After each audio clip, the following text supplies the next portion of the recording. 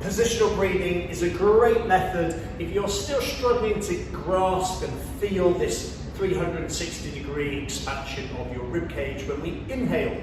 So I'm going to run through two options. We've got crocodile breathing, and for those of you that practice yoga, we have got the child's pose. So I'll just run through the setup for both. The first is crocodile breathing, which is the easier of the two to get into position. So just take a lie down on your front, hands out the way. We're basically just going to put one hand over the other and then rest your forehead on. Try to relax as much as possible. And that's the position. Now, we'll keep it nice and simple. Just think 3 seconds in, 3 seconds out. We'll breathe in through our nose, out through our mouth. Now, what happens here is your tummy is on the floor, so as we breathe in and this expands, it hits the floor. Obviously the floor's pretty hard, it's not going to move anywhere, and so there's some resistance there, and it's then going to force the expansion to move out to the side, and then finally through to the back.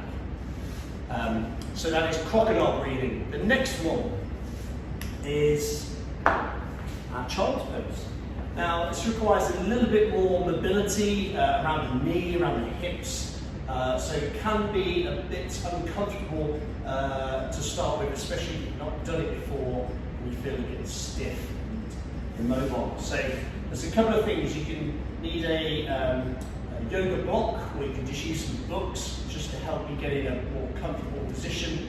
The way I set up is wide knees, sit onto your heels, and then lean forwards.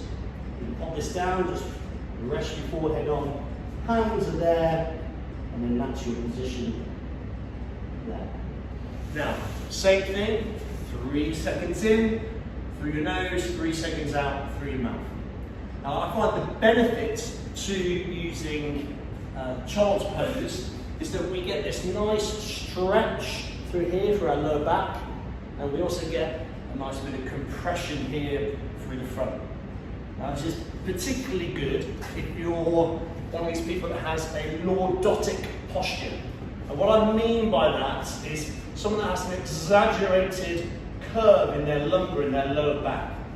And what tends to happen if I use this to explain it is that that's my spine there, for example, big arch. So the muscles here at the back are going to be short and tight, and the muscles here can be a bit longer. Now, obviously, when we breathe in, our diaphragm pulls down, and then we expand through the path of least resistance first. So we typically move out here first.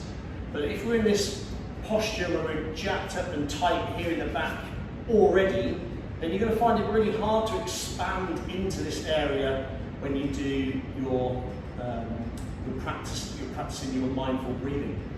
So that's the beauty of doing child's pose, is that we compress this part here, we stretch out the lower back, and actually when we do that breath work, you should find it a lot easier to breathe into this back and this side.